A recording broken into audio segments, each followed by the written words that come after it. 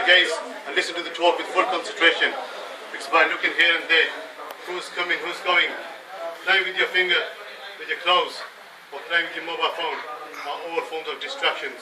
So you may not gain all the blessings of the talk.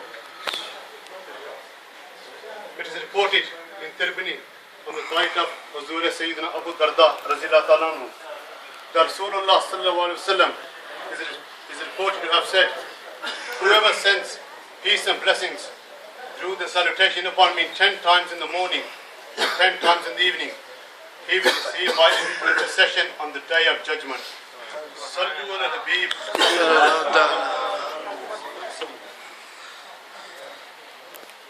Alhamdulillah, my dear brothers and respected elders, let us make a habit that whenever we walk into the masjid, we always enter with the right foot first, and upon entering the masjid, we recite the appropriate dua, which is Allahumma aftah li abwaba rahmatik. The meaning of which is, O Allah, open the doors of your mercy. Once we have entered the masjid, make a habit of making the intention nafil itikaf. The benefits for making this intention, my dear brothers, the Prophet of Allah says, whenever you enter the masjid, always make the nafil itikaf intention. As long as you are in the masjid, Allah's judges, innocent angels, will write good deeds in your account.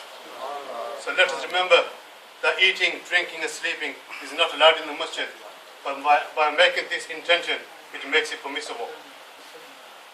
Alhamdulillah, we were blessed with this beautiful month of Ramadan, which is leaving us. We have few moments left of it. Let's think what we have done during this month, my dear brothers. Whether we have acted upon the Sharia or whether we have spent our time in negligence. Let us make some good, sincere intentions that we are here to gain sacred knowledge, and that we are here to search for the knowledge, and here to seek the pleasure of Allah, and that we are here to ask for forgiveness, that we are here to become better practicing individuals.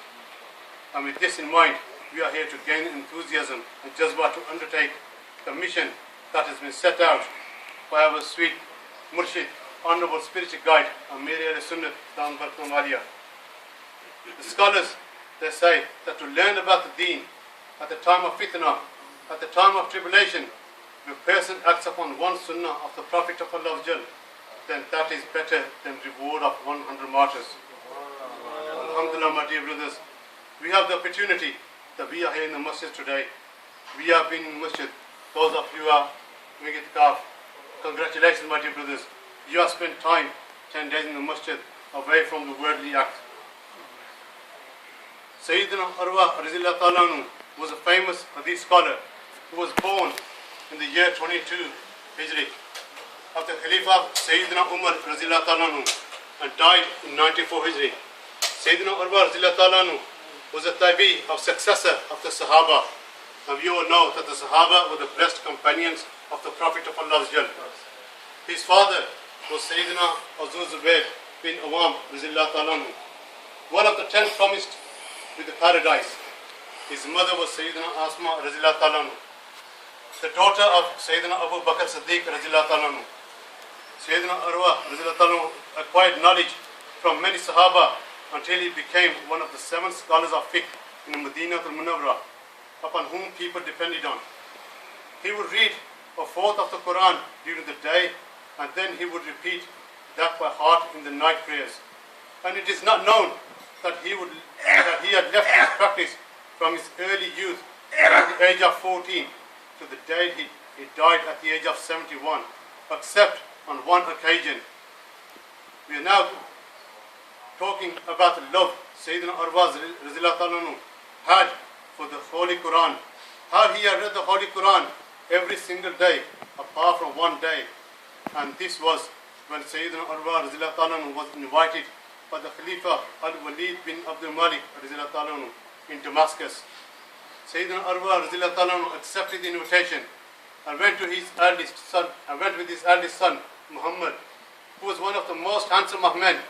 When Muhammad was in his stables and admiring the Khilafah's fine horses, one of the horses trampled him to death. The grief struck the father, had barely shaken off the dust from burying his son, when it developed a gangrene of a foot. Gangrene is a decay of body tissue. His leg became swollen and the disease began to spread at a frightening speed. Al-Walid rahmatullah sent for the best of doctors to cure his guest by any means possible. But the doctors were unanimously united on the fact that the only cure for him was amputation, and that to be done as quickly as possible before the gangrene could spread and as a result kill him. Sayyidina Ali, seeing no other option, agreed to this. When the surgeon came to amputate his leg with a scalpel, a small surgical knife and a saw, he said to Sayyidina Ali, I think it would be appropriate for us to give you a mouthful of intoxicant so that you do not feel the accelerating pain of amputation. Sayyidina Ali replied, no, I do not want that. I do not believe that anything forbidden can be source of peace or happiness.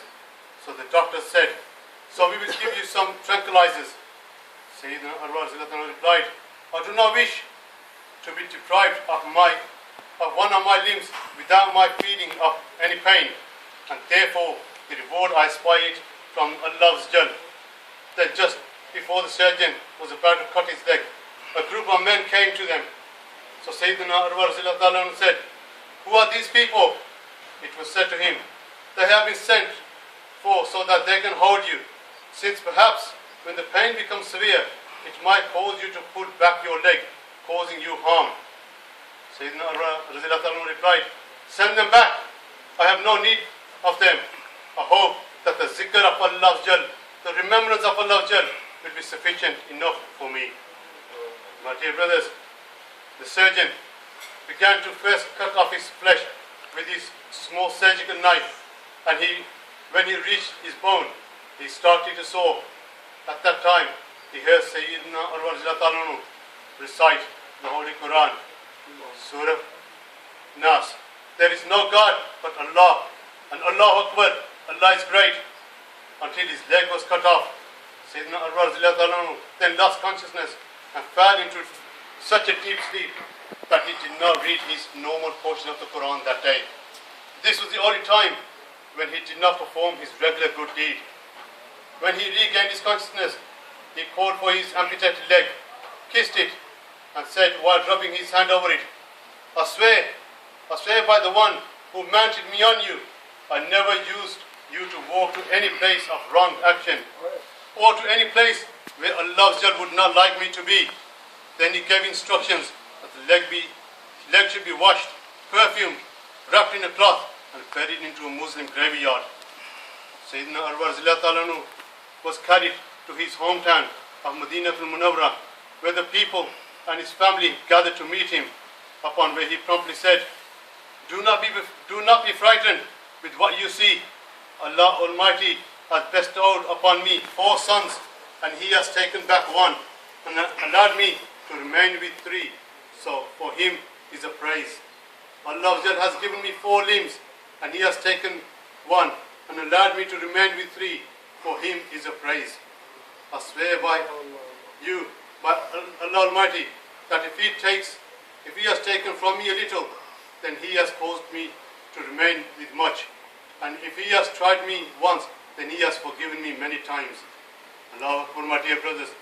Look the state of these pious people of the past. Look at the belief they had in Allah Almighty. Their whole life was sacrificed in the cause of serving the deen. And look at us today. We today, if a small problem or difficulty arises, the first thing we do is to neglect our daily prayers, neglect our remembrance to Allah's Jal. We become lazy in fulfilling the commandments of Allah's Jal. We stop attending gatherings of sacred knowledge such as Ijtima Zadawat Islami because we are too busy occupied with trying to solve our problems and difficulties. If only you knew that the best resolution was in the remembrance of Allah's Jal. If only you knew that by traveling on Madani Qafiyah of Dawat Islami and by supplicating to Allah's Jal, our problems and worries and difficulties would become easy for you.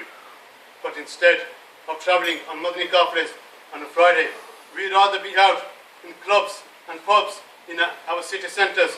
Instead of rushing towards the masjids, we'd rather be rushing towards cinemas Instead of opening and reading the words of Allah in the Holy Quran, we rather read magazines and newspapers.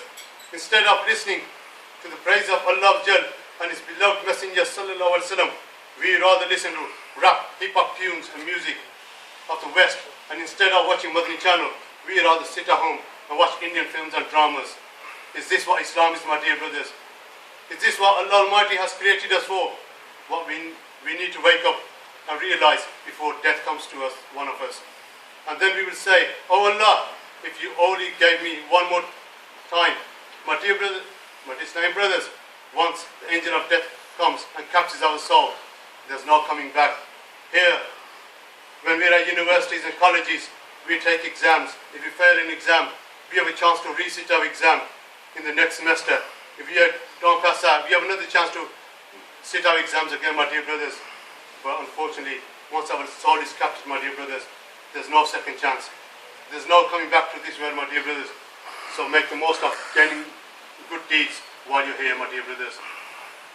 Once the Prophet of Allah was giving a speech, a lecture to the Sahaba Ikram, and the Prophet said to his companions, that shall I not tell you about a friend which will be useful to you, not only in the world, but when you are buried inside the grave. Your friend will help you inside the grave, and on the day of judgment, this friend will be there to help you. The Sahaba Ikram replied, Ya Rasulullah sallallahu alaihi wasallam, tell us more about this friend. Who is he? Now, if we think to ourselves, my dear brothers, we have many friends as well. We have loads of friends. But when we die, the most your friend will do is carry you to the graveyard and bury you. And then he may do a salih swab for you. That is the most he can do. You have never ever heard, or you have never ever read in books that a person has died and his friend has also been buried inside the grave along with him. You have never heard that a friend will go in his friend's grave because in the dunya they used to be together, and now in the grave they want to be together. You have never heard of such a thing, and you will never heard of such a thing again, my dear brothers. The Prophet ﷺ has said that this friend of yours, that when you are buried inside the grave, that friend will not remain outside of the grave, but he will be inside the grave as well. And that friend, when Munkir and Nakir come to question the person, that friend will say to Munkir and Nakir, my dear brothers, if you don't know who Munkir and Nakir are, for those of you thinking who they are, it is reported in the hadith of the Prophet of Allah that Munkir and Nakir, if someone sees them in dunya, meaning the two angels, Munkir and Nakir, who question in the grave, come into the world, into the dunya, and someone looked at them, just by looking at them, the person will die. That is how frightful Munkir and Nakir are. Just imagine that when you are buried inside the grave, your mother, your father, your brother, your sister, your cousin, your relatives, all your friends, they will all leave you. You are the only one inside that grave. And then Munkir and Nakir will come inside your dark grave, and lonely grave, and they will ask you questions. Just imagine, my dear brothers, what will be going through the mind and the heart of that person who is buried inside that grave. And at that time, the Prophet of Allah, he said that friend of yours will come. He will come inside the grave, and he will say to Munkir and Nakir, if you want to ask any questions, then stand behind me and ask him. He will help you inside the grave, and Munkir and Nakir, they will stand behind that friend, and they will ask the questions, and that friend will help you in the grave to answer the questions of Munkir and Nakir. And then when they leave, the friend will also about to leave the grave, and the person buried, he will say, why are you leaving me now? You helped me to answer these questions of Munkir and Nakir. Why are you leaving me now? That friend, he will say, I am not going to leave you. I am going to the throne, the arsh of Allah, and I am going to make dua for you. I'm going to intercede for you, and I'm going to, on the day of judgment, hold your hand and take you to paradise. The Prophet of Allah further goes on to say, oh my companions, that friend is a holy Quran. That is the Quran, your friends. Your friend, my dear brothers, if you really think to ourselves, the Prophet of Allah had told us himself that the best friend you can have is the Holy Quran.